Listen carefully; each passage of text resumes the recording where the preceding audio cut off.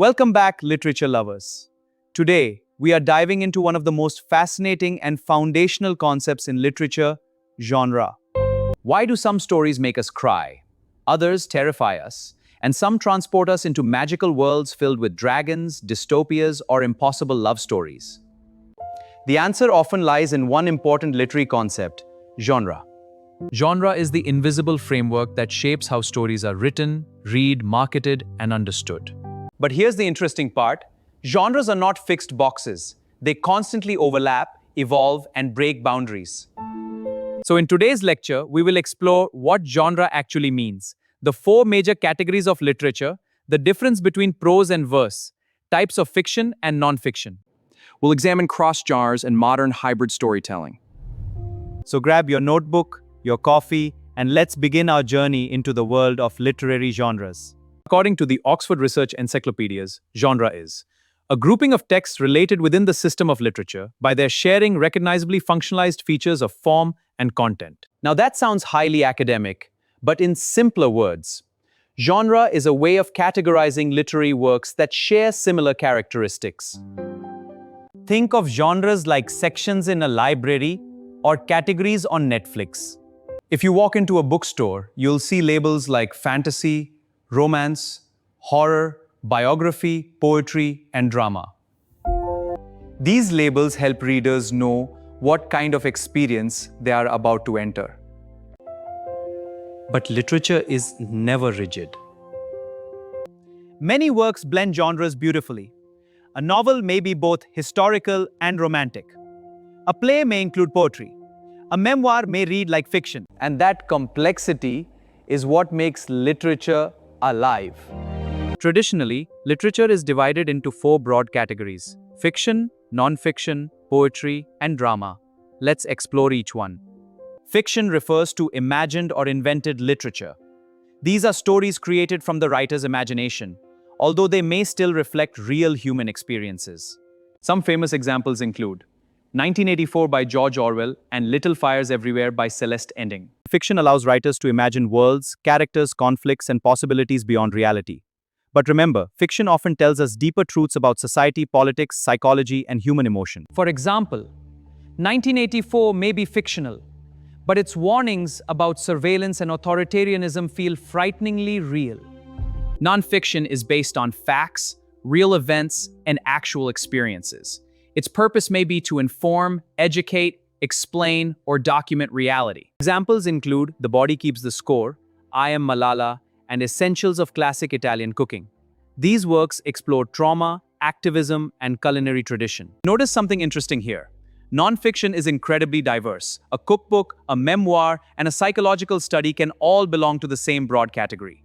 Poetry is perhaps the most concentrated form of language. According to Britannica, poetry creates imaginative awareness and emotional response through carefully chosen language, rhythm, and sound.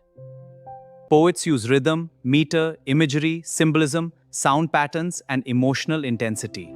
Some important poets include Maya Angelou, Robert Frost, Amanda Gorman, and Richard Siken. Poetry transforms ordinary language into artistic experience. Drama refers to plays written for performance as well as literary reading. Unlike novels, dramas include dialogue, stage directions, acts and scenes, and performance elements. Some of the most famous dramas include Hamlet, Romeo and Juliet, Death of a Salesman, The Crucible, Fences, and The Piano Lesson. Drama combines literature with performance, making it one of the most dynamic literary forms. Now here comes the exciting part. Literary genres do not exist in isolation. Many literary works blend categories. The Poetex combines fiction and poetry because it is a verse novel. The Night Watchman combines fiction with historical reality. And many of William Shakespeare's plays combine drama with poetry. This tells us something important. Genre is flexible, not rigid. One of the most important distinctions in literature is the difference between prose and verse. Prose is the ordinary form of written language. It follows natural speech patterns. Most novels, essays, articles, and textbooks are written in prose. Verse uses rhythm, meter, and poetic structure. Think of song lyrics. Songs have verses because they rely on rhythm and sound patterns. An easy memory trick: novels usually use prose, poems usually use verse, though modern literature often mixes both. Fiction can be categorized in many ways. One major way is according to audience age. Children's literature. These are books written for young children. Examples include Where the Wild Things Are and Don't Let the Pigeon Drive the Bus. These books often use illustrations, simple language, and imaginative storytelling. Middle grade fiction is aimed at readers aged roughly 8 to 12. Examples include The Lion, the Witch, and the Wardrobe, and The Girl Who Drank the Moon.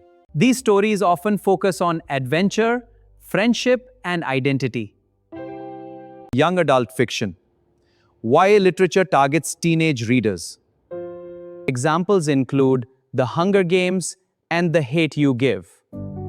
YA literature frequently explores identity, rebellion, social injustice, and coming of age. And interestingly, many adults love YA fiction too.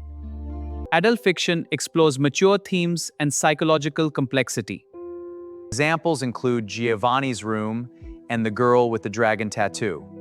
Mimetic versus speculative fiction. It is another fascinating classification. Mimetic fiction, also called realistic fiction. These stories resemble the real world. No magic, no supernatural systems, just realistic human experiences. Speculative fiction imagines worlds beyond ordinary reality. Speculative fiction asks, what if reality were different? And that question opens infinite literary possibilities. Another major distinction in literature is between commercial and literary fiction. Commercial fiction is plot-driven and designed for broad audience appeal. It often becomes highly popular. Literary fiction focuses more on character depth, themes, symbols, style, and structure rather than just storytelling. But the distinction is not absolute.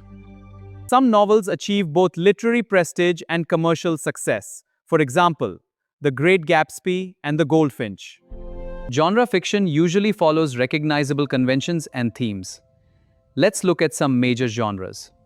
Fantasy includes magical or impossible elements. Examples include The 100,000 Kingdoms and Good Omens. Fantasy allows readers to escape into extraordinary worlds. Historical fictions are stories set in historical periods. Examples include The Prophets and The Four Winds. Historical fiction combines storytelling with historical imagination. Horror seeks to frighten or disturb readers.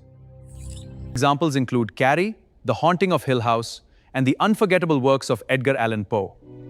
Horror reveals our deepest fears.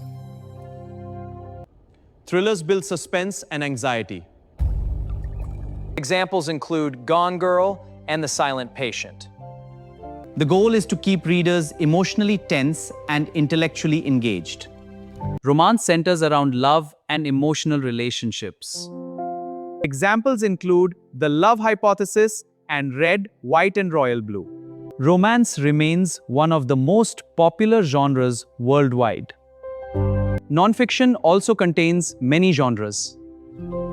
Biographies tell the story of someone's life. Examples include Into the Wild, The Immortal Life of Henrietta Lacks. This category includes cookbooks, travel memoirs, food history, and travel guides.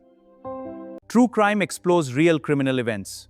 For examples, in Cold Blood, I'll Be Gone in the Dark. Memoirs are personal accounts of lived experiences. For examples, I Know Why the Caged Bird Sings, Spare. Memoirs combine personal memory with storytelling artistry. Modern literature increasingly blends genres. This is called cross-genre writing. Let's look at some exciting examples. A blend of romance and fantasy. Love stories combined with magical worlds.